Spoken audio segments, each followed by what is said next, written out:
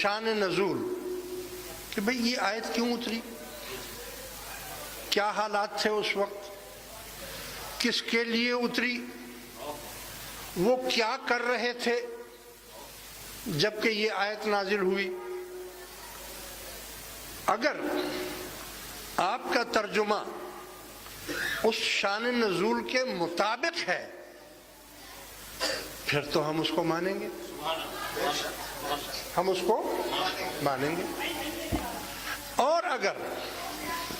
آپ نے اس کا ترجمہ غلط طریقے سے، ترجمہ تو وہ لیا اور فتویٰ کوئی اور لگا دیا آپ نے کسی اور کے اوپر، تو پھر ہم نہیں مانیں گے، نہیں مانیں گے نہیں، بلکہ آپ تو فتنہ بنا رہے ہیں